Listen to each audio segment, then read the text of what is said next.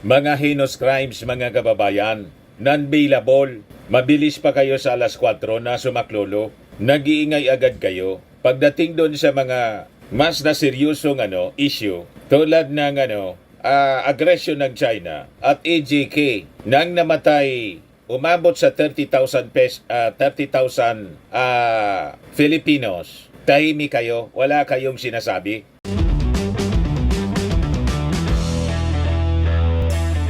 Ito naman po yung bago naming product na binibenta online.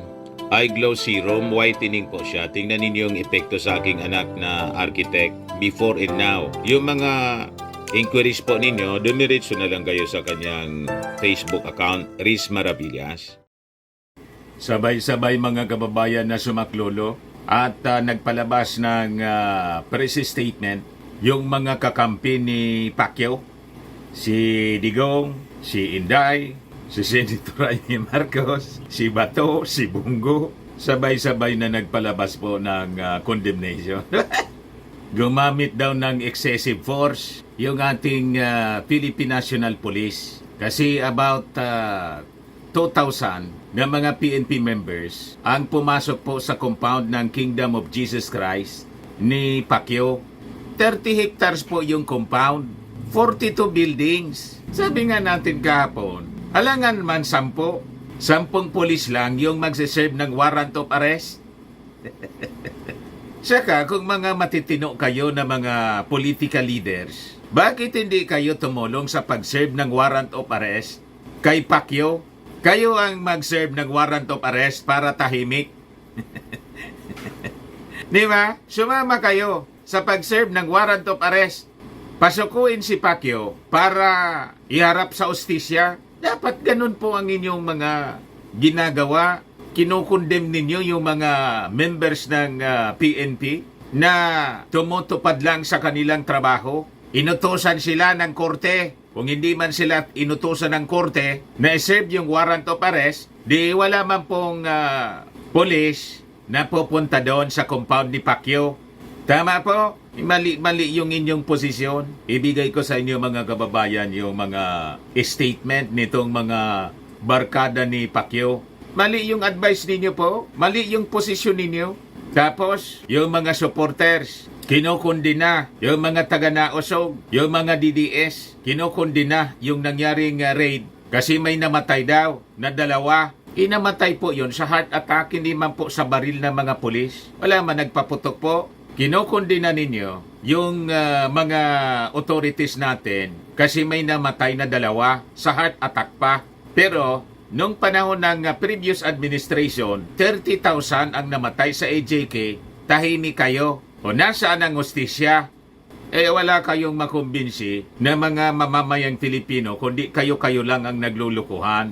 Wala kayong makumbinsi na mag-alsa. Gusto nang mag-alsa mga kababayan, suguri na daw, magsipaglabasan na at suguri na yung yung ating Pangulong Bongbong Marcos sa palasyo, i-people power. Hindi nga kayo makaipon ng 100 people sa EDSA Shrine. Nandun si Harry Roque lang, tapos yung mga vloggers. Ayan si Harry Roque, oh. Wala man tao po. Sila lang, yung mga vloggers. Nagnausog. Wala mang mamamayan na makumbinsi. Paano makukumbinsi yung mga mamamayang Filipino? Alam nila yung kwento. Alam nila kung sino yung masama, sino yung mabuti, sino yung gumagawa ng katarantaduhan, sino yung gumagawa ng matino. Gising na yung ating mga mamamayang Filipino. O ngayon, ito yung mga statements nila, i-share ko po sa inyo mga kababayan. Mabilis pa sa kidlat na nagpalabas ng statement si Inday pagdating po dito sa puganting pastor na akusado sa sexual abuse, rape, and human trafficking. Mga heinous crimes mga kababayan, non-bailable. Mabilis pa kayo sa alas 4 na sumaklolo. Nag-iingay agad kayo. Pagdating doon sa mga mas na seryosong issue, tulad ng agresyon ng China at AJK nang namatay umabot sa 30,000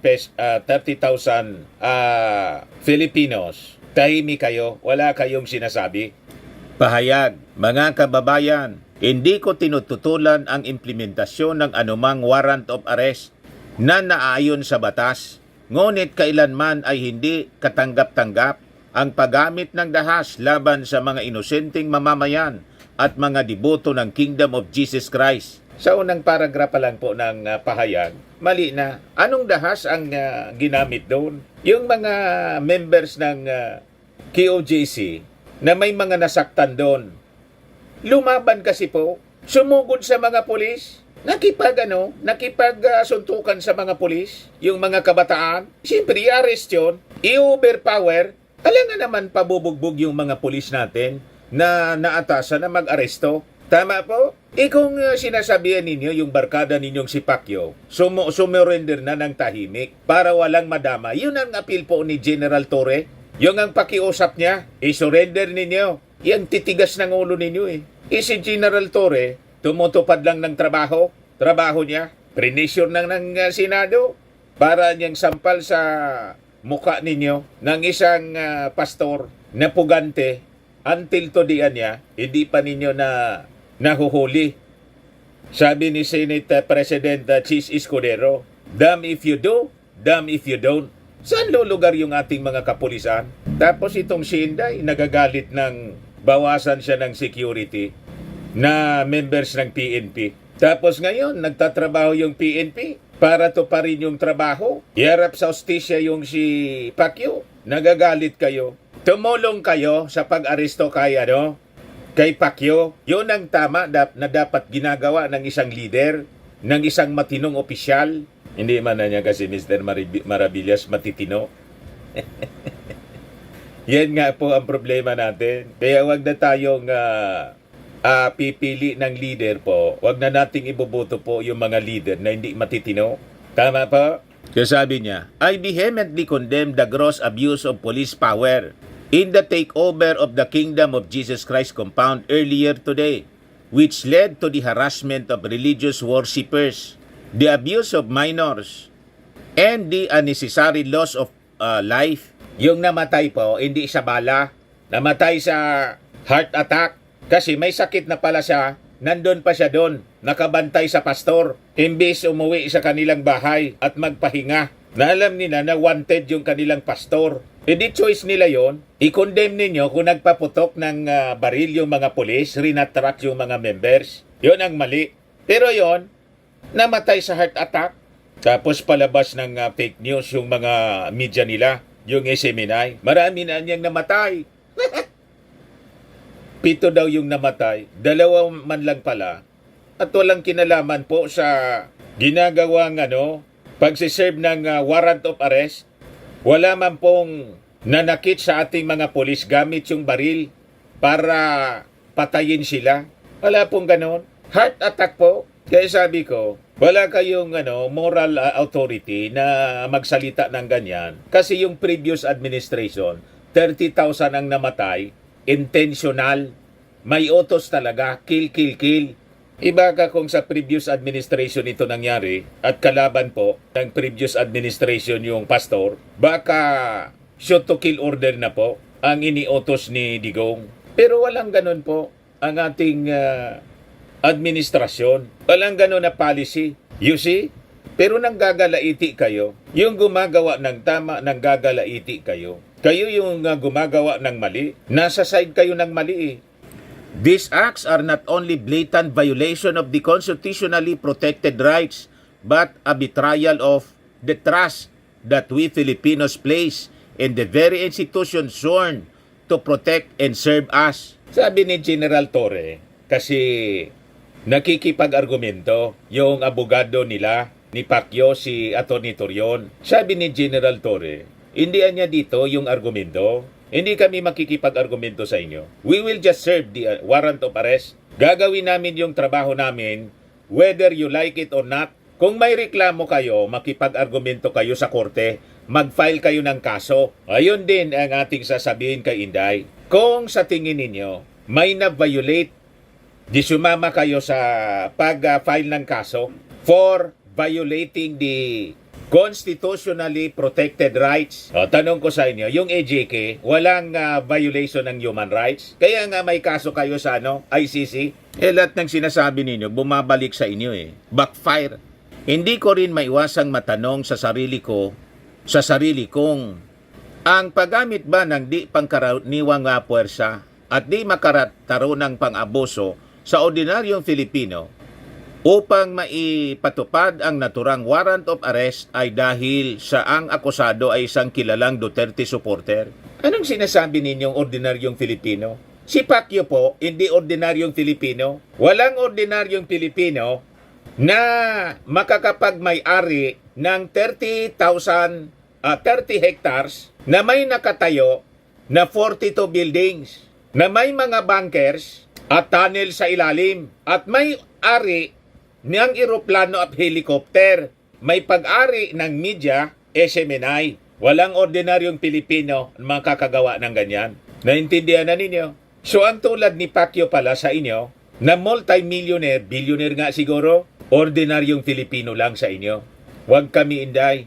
Kaya nais ko ring humingi ng kapatawaran sa lahat ng miyembro, deboto at bumubuo ng Kingdom of Jesus Christ sa paghikayat at pakiusap ko sa inyong iboto si Bongbong Marcos Jr. noong 2022. Naway mapatawad ninyo ako. You deserve better. Filipinos deserve better. Syukran. Sara C. Duterte. Pinulitika pa ninyo. Humihingi kayo ng kapatawaran. So ibig sabihin, nagsisisi kayo. Mas nagsisisi kami na binoto namin kayo as Vice Presidente. Sana binoto ko na lang si Tito Soto. Unang-una po, sa kaso ni Pacquiao, ang complainant po, mga dating members niya, private complainants. At ang kaso niya, hindi lang dito, pati sa Amerika. Nangyari yung mga reklamo, wala pa po sa Panguluhan yung ating Pangulong Bongbong Marcos. Hindi lang sila naglakas ng loob na mag-file ng kaso dito noong panahon ninyo kasi alam nila hindi man magkakaroon sila ng hustisya. Kaya ngayon sila nag-file ng kaso sa administrasyon ng ating Pangulong Bongbong Marcos. Tama po? Kayo mga opisyal ang dapat sana nandun kayo sa paghanap ng hustisya para sa mga biktima, hindi doon sa akusado. Saan ka nakakita, mga kababayan na opisyal, na imbes na kumampi sa ordinaryong mamamayang Pilipino, kumampi pa doon sa akusadong sexual abuser, human trafficker? Talagang wala kayo sa hulog Mas gusto ninyong bigyan ng hustisya yung isang mayaman, ma-influensyang pastor kaysa sa ordinaryong dating member ng Kingdom of Jesus Christ na mga mahihirap na mamamayang Pilipino. Yon ang ordinaryo, hindi si Pacquiao. Ilat sablay po itong statement ni Inday Sara. Parang yung libro niya na loro. Yung libro niya na loro, mga kababayan, pinuna na ng isang opisyal po. Mali man niya yung sinunat na libro. Yung kwaguan niya, hindi man yan gumagawa ng bahay sa dahon ng mangga, sa tuktok ng mangga. Ni-research po. Ang kwaguan niya, gumagawa ng kanyang bahay sa trunk ng kahoy. Hindi mamala siya. You see? So, imbes na tumalino yung mga bata po, lalo na magiging bobo. Dahil sa libro ni Inday, tsakaan niya sa lupa, doon na niya yan gumagawa ng butas para kanyang maging tahanan. Tsaka imposibleng maging kaibigan ng loro ang isang kwago. Kasi yung kwago po, panggabing ibon. Di ba? Hindi man sila pwedeng magtagpo. Ang loro po, pang-araw.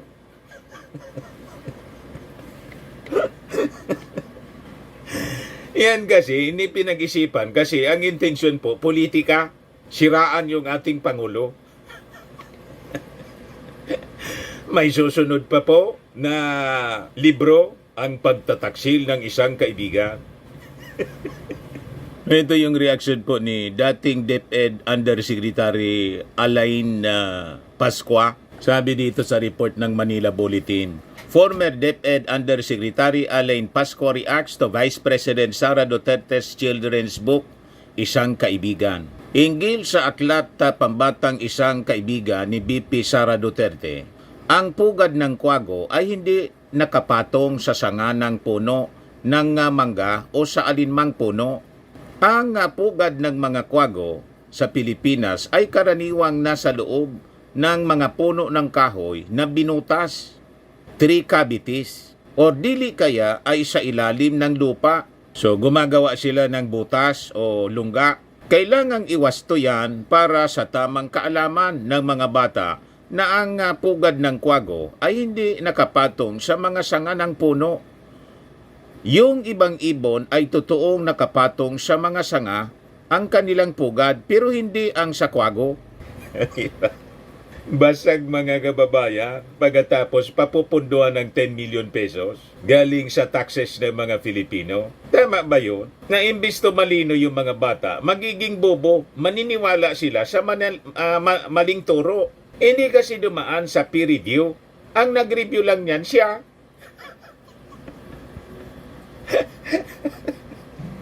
Gusto lang mangintriga kasi mga kababayan gamit yung libro. Tapos sabi ng mga publishers, children's book publishers, chinek nila yung presyo, overpriced pa. 12 pesos man lang dapat yung cost. Isa computation po nung gustong yung presyo po, yung cost niya sa printing, ang sabi 50 pesos each. Matindi yung tong patch. Mali na yung matututunang turo nun sa libro ng ating mga kabataan pagkatapos tayo pa yung gumastos.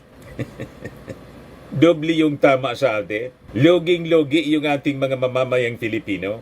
Kaya huwag ninyo pong palasutin dyan sa Senado, pati sa Congress. Tanggalin ninyo po yan ang mga duplication at itong mga unnecessary items, lalo na itong libro. O ngayon, si Senator Amy Marcos mga kababayan, talagang desidido si Senator Amy na to maintain the relationship hanggang sa wakas.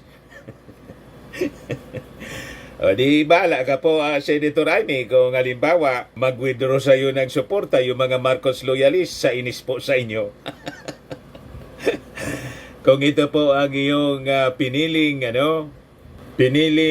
desisyon sa buhay, kayo po yung masusunod. Tama?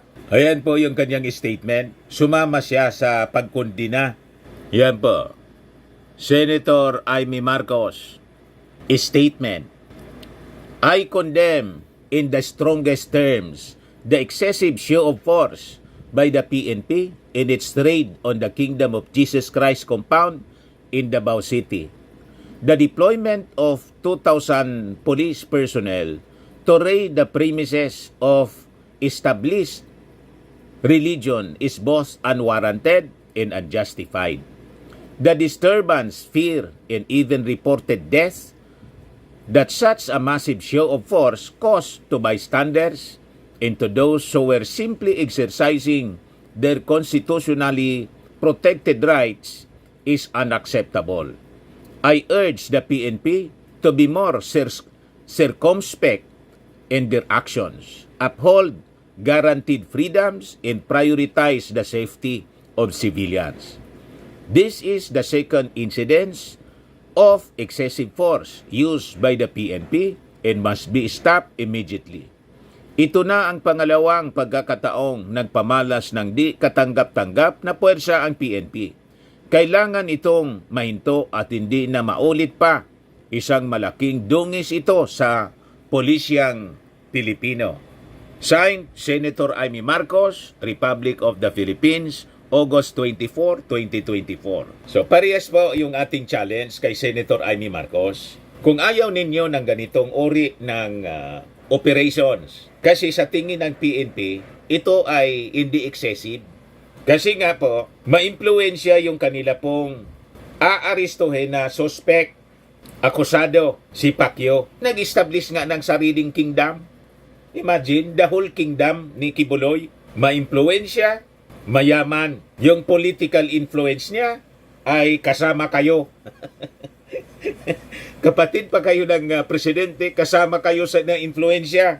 Imagine that. So tama lang yung 2,000 na strength ng ating PNP. Sa lawak po ng kingdom, 42 buildings. Hindi nga natatapos, mga kababayan. Ang hirap galugarin. Kung gusto ninyo, tumulong kayo sa paghahanap para wala na maistorbo, walang masaktan. Tawagan ninyo si Pacquiao. I believe na si Pacquiao may number ka sa kanya until today. Tawagan mo. Kumbinsiin mo si Pacquiao, harapin ang kanyang kaso para magkaroon siya ng hustisya. At wala maistorbo sa kanyang kingdom. Ganun po, Senator Amy, ang matinong leader, matinong senador ng bayan, hindi senador ni Pacquiao. Hindi man lang po yung mga members ni Pacquiao. Ilan ang members ni Pacquiao yung bumoto sa'yo? Ang pinagmamalaki ni Pacquiao, 8 million daw sila. Ilan yung nakuha mong boto? During the election, ilang milyon? Paano naman yung bumoto sa inyo? More than the members of the kingdom ni Pacquiao. Kaya mali po ang posisyon ninyo. Pasensya ka na po, Senator Amy. Kaya po, pag nadamay ka sa ngit-ngit ng mga Marcos supporters, kayo po yung may sala. Pag ikaw po ay ginang, sinama ka sa inihulog sa inidoro at matalo, that is a painful lesson na inyo pong matitikman. Ako po ay mag-Poncio Pilato, hugas kamay ako. Hindi ako mangangampanya na hindi ka iboto. Pero yung mga Marcos loyalists mismo, galit na po sa inyo kasi imbis kayo tumulong sa iyong kapatid, naging kritik pa kayo. Sumama kayo dito sa taga-Finta Kingdom. Mas pinili pa ninyo yung mga Duterte na nag-akusang bangag yung inyong kapatid at gustong palitan na ni Inday sa Palasyo Malacanang. Ewan ko nga kung may tiwala pa sa inyo yung mga Duterte. Baka nga, ang tingin sa inyo po ay isa kayong Trojan horse. Di ba? Ang tingin sa inyo ang tingin sa inyong pamilya ng mga Duterte, manggagamit. Di ba kayong dalawa yung nangumbinsi sa Vice Presidente kay Inday? Yun tuloy. So, paano yan? Pag ganyan, magagalit sa iyo. Lalo you're seeking for re-election sa pagkasenador. At tingnan ninyo po yung inyong rating sa survey. Padaos-dos ng padaos-dos. Di ba? O ngayon, dito tayo mga kababayan sa statement ni Digong. Ayan po siya. A statement from former President Rodrigo Duterte, August 24, 2024. Sabi niya, our country has never been in a more tragic state as it is today. Rights have been trampled upon and our laws derided. Doon pa lang sa first sentence pa lang ng statement ni Maudigs, bagsak na yung tragic state po ng ating bansa nangyari nung panahon po ninyo kasi yung namatay po sa AJK, mas marami pa kaysa sa Typhoon Yolanda. 6,000 yung sa Typhoon Yolanda, 6,000 plus, o baka umabot sa 10,000. Pero sa inyo po, 30,000. Sa AJK, dito po, ang namatay po, hindi man po sa baril ng pulis. Heart attack. Pero yung panahon po ninyo na AJK, ang utos mismo galing sa inyo. Kill. Pati nga yung nasa loob na ng priso, nasa loob na ng kulungan, ginawa daw na dinuguan sa utos ninyo. Yun ang sabi doon sa testimony sa Congress ni Tatatan. Yun ang malinaw na rights are trampled and our laws derided or ridiculed. Yun ang malinaw po. Pero ito po ay it is in order. Tama lang. Kasi may warrant of arrest. Ang namatay po sa heart attack, hindi man sa baril ng mga pulis na nag-serve ng warrant of arrest. Malabo po ang statement ninyo, Digong. Mas bagay ito po na statement ninyo ng condemnation basahin ninyo sa harap ng salamin, basahin ninyo sa pagmumukha nyo. Kasi ito ay para sa inyo. Hindi para po kay General Torre o kay Pangulong Bongbong Marcos na may pagrespeto sa human rights. Kaya nga po yung kanyang war on drugs, bloodless, hindi bloody drug drug war. So sabi niya, early today, elements of the PNP regional office led by General Nicolas Torre III forced their way into the Kingdom of Jesus Christ compound, which resulted to a violent confrontation and the unfortunate death of one key OGC member and the requiring of immediate medical attention of many others.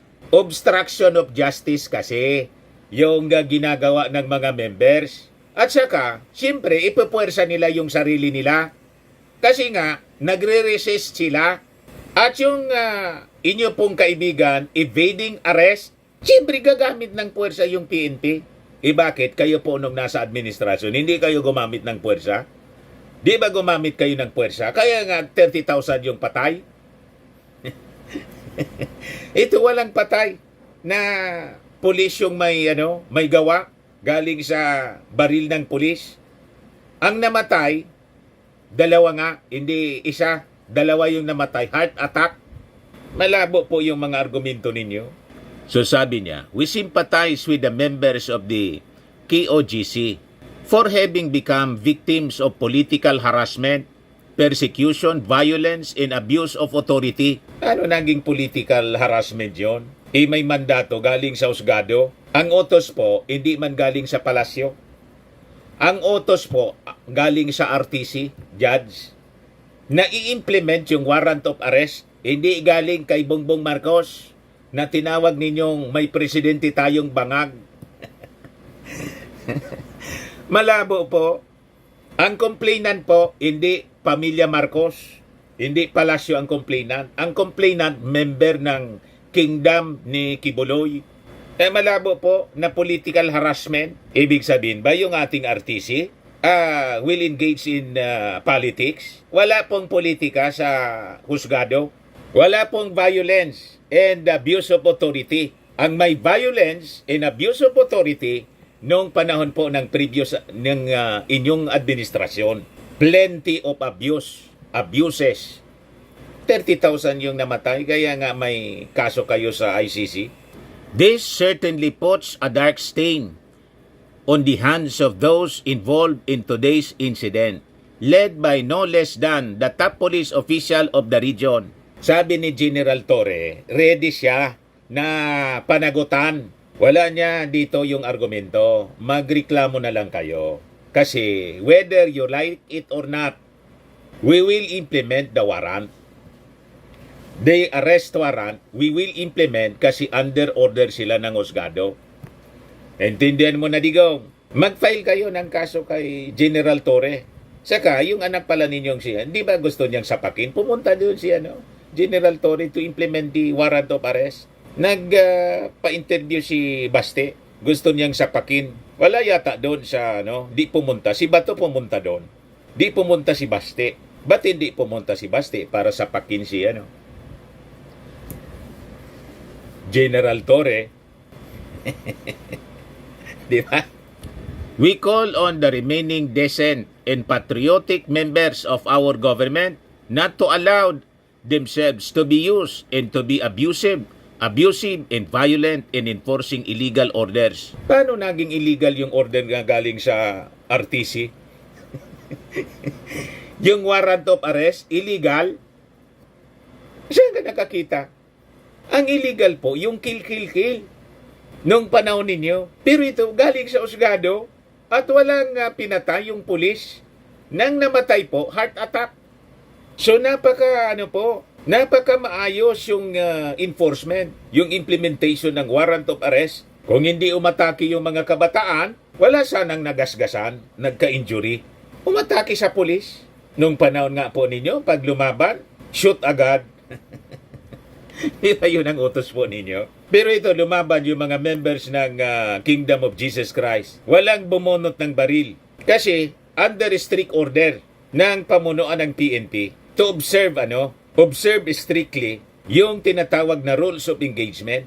So sabi niya, we call on all Filipinos regardless of political persuasion to offer prayers for peace and justice and to spare our people of the unwarranted tension brought about by the reign of fear and terror by people sworn to uphold the law and protect the citizens of this country. Yung reign of terror po, yung AJK, yun po yung reign of terror. Pero ngayon po, wala man po ang ganon. Nagdrama lang yung mga members ng AJK, ng KOGC. Yan ang sabi po ni General Torre. Pag umaabantian niya kami, may tinatarget kaming gustong puntahan na sulok ng building, may gumaganon, tapos may nahihimatay. May nagtitimbuang. So, ibig sabihin, kasama sa script nila yung drama na may dapat mahimatay para i-report nila na trauma yung mga members ng kingdom. Ganon mga kababayan. So sabi ni Mau Diggs, again, let us ask this administration how it can guarantee the preservation of the constitutional rights of our fellow Filipinos when even the most fundamental of these rights are being blatantly violated. Rodrigo Roa Duterte, itanong mo yan sa sarili mo. Isabi mo doon sa mga members ng Congress na nag-iimbestiga po ng war on drugs po ninyo. Doon mo sabihin yan para magsailalim ka sa cross-examination. Lalo ngayon, imbitado ka. Kailangang ipaliwanag mo kung gaano katotoo yung involvement mo doon. Ikaw daw yung nag-utos doon sa pagdinuguan ng tatlong mga Chinese drug lords. Yun ang gawin po ninyo. Hindi pwede na ganitong press statement. Kailangan cross-examination. Abogado naman kayo, prosecutor. Kayang-kaya ninyo yan na idepensa. Pero kailangan may nagtatanong sa inyo. Hindi yung monologue. Di ba? Pero salamat sa ating mga pulis kasi hindi daw nila titigilan kahit ganito yung mga sinasabi sa kanila nitong mga taga-Finta Kingdom. Sabi po ng chief, si General Torre, no let up niya. 2,000 caps, Kibuloy Turf, chief vows, no let up.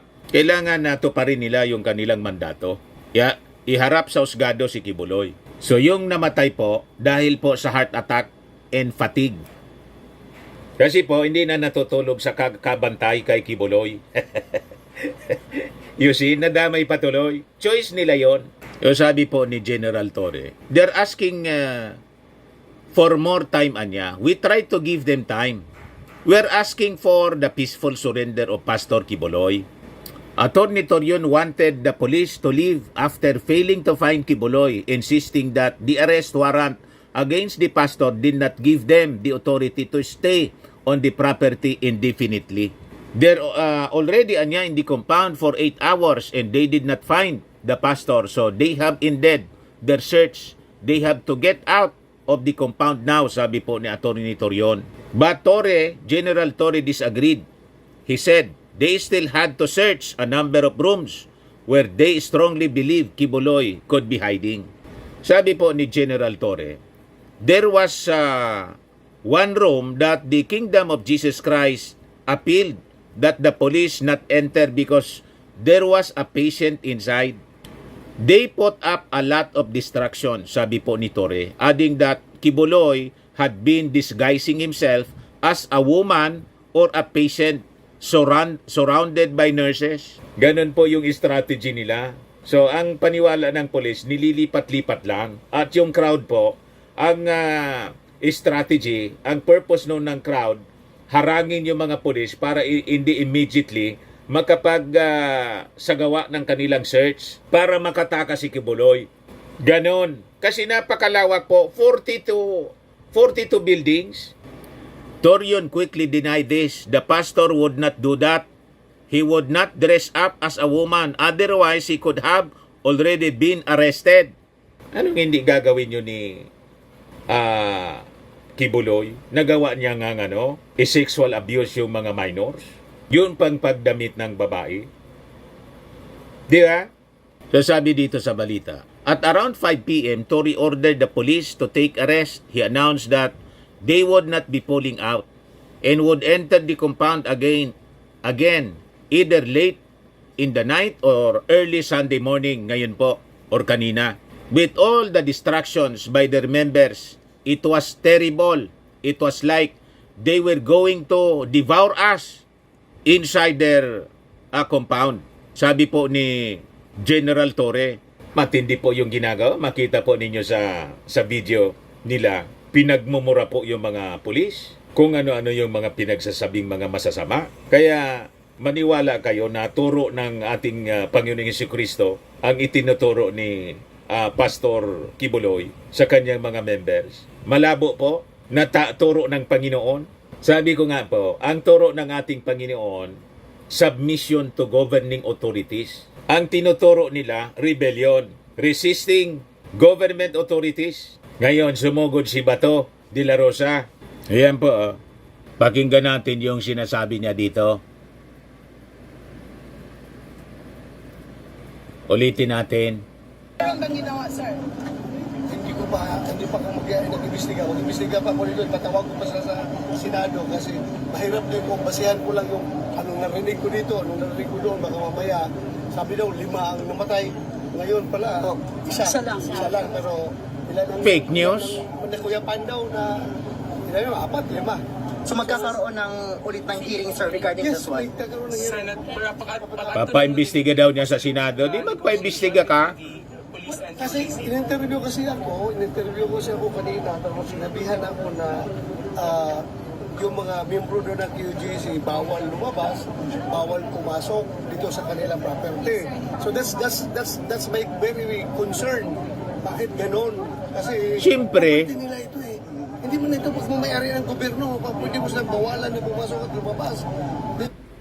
Siyempre, kasi pag may pumasok lumabas po, baka nag-disguise si Pacquiao. Makalabas po, makatakas. Di ba? Dapat ang ginagawa niya, senator of the country, of the Filipino people. Kaya lang hindi man siya yata senador ng Pilipinas, senador ni Pacquiao. Senador ni Digong. Kaya sa susunod po, wag nang iboboto. Bala sila magboto yung mga DDS, saka si Pacquiao, yung members niya. Pero tayo, na mga Filipino, wag na nating iboto itong si Bato kasi hindi man naglilingkod sa mga Filipino. Ang pinaglilingkuran po, yung mga kakampi lang niya. Ayan o, magpapaimbestiga daw siya sa Senado. Di magpaimbestiga ka. Pagkatapos iniimbita kayo doon sa Congress, ayaw ninyo. Ang rason ninyo, parliamentary, courtesy dapat niya. O, ito pa yung isa. Taos-puso daw siyang nakikiramay sa pamilya ng namatay at nasaktan doon sa raid na ginawa ng kapulisan. Another senator of the Dutertes and Kingdom, not of the Filipino people. Di sila lang ang magboto. Tayong mga Filipino, wag na natin silang iboboto po. Tama? So Torre told reporters that they already saw in the initial scan the most likely place where Kibuloy could be hiding. We are now on the second phase where we are using technologies which makes the search so slow because it will be very thorough. We will look for him. He is just there. Yan po. May gamit po silang na-acquire na kahit heartbeat po sa ilalim ng lupa sa bunker ay pwedeng ma-detect. So may technology na palang ganon. Kaya matatagalan ang ginagawang search. Kasi imagine, 42 buildings at 30 hectares yung lawak. Paano mo yun gagawin yung search, mga kababayan? In just one day. Kahit nga isang linggo siguro, hindi kakayanin. Tulad ng compound ng Pogo. Ilang linggo, ilang araw, ilang linggo na ginawa ng mga taga-PAOK yung search nila doon. Di ba matagal? Kasi ang daming buildings. Ganon din po dito sa compound ni Pacquiao. Sasabi po ni Torre na yung police would deploy more equipment on Sunday, ngayong araw na to. If they were unable to find Kibuloy yung kahapon. Reporters who wanted to cover the police operation inside the compound were asked by Torre to sign a document compelling them to testify in court. But nearly everyone refused. In the end, he decided not to allow the journalist inside the compound. Kasi ayaw man nilang pumirma. Di ba? Baka unang-una, yung mga polis natin, pasiguro, lahat sila may body cam para hindi sila magawa ng istorya. Nag-set up sila din ng sarili nilang camera. So, maganda yung strategy po para hindi sila magawa ng kwento. So, bakit ganon ang ating mga officials, mga kababayan, mas kumampi pa sa masama kaysa sa mabuti? Nasa Bible po siya eh. Yung panahon, yung previous administration, 30,000 yung namatay, sa AGK tahimik sila. Pero ito, namatay mga kababayan, sa heart attack, kinukundina nila. Bakit ganon ang tao ngayon? Prophecy fulfilled. Ganon na po ang tao ngayon, kasama. Mas mahal nila yung masama kaysa sa kabutihan.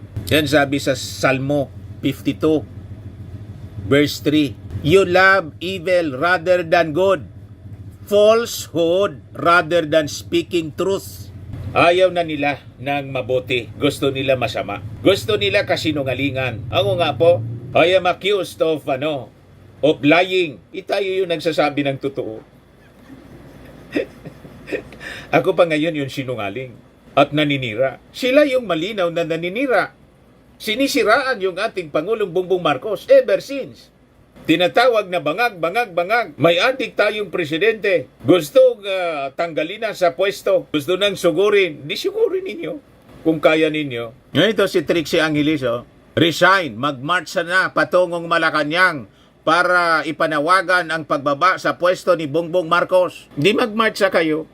Nananawagan ako sa mga Filipino na may pagmamahal sa ating bansa. 8 million Kingdom citizens. Magmarch na tayo papuntang Malacanang. Mr. Marcos, we're withdrawing our support from your presidency.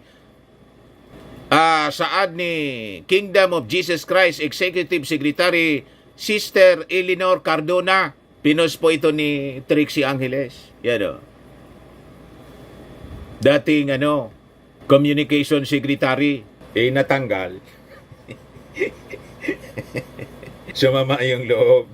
Sumama sa mga nananawagan ngayon ng pag-resign at gustong sumugod sa Palasyo Malacanang para sila uli.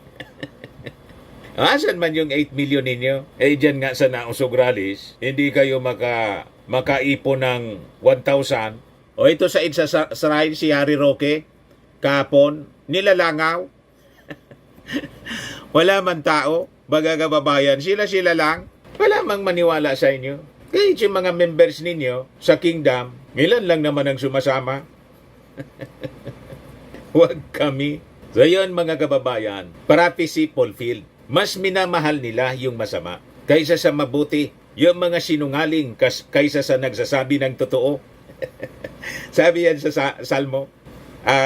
Psalm 52 verse 3. Sabi naman po ni Prophet Isaiah 5 verse 20. Woe to those who call evil good and good evil, who put darkness for light and light for darkness, who put bitter for sweet and sweet for bitter.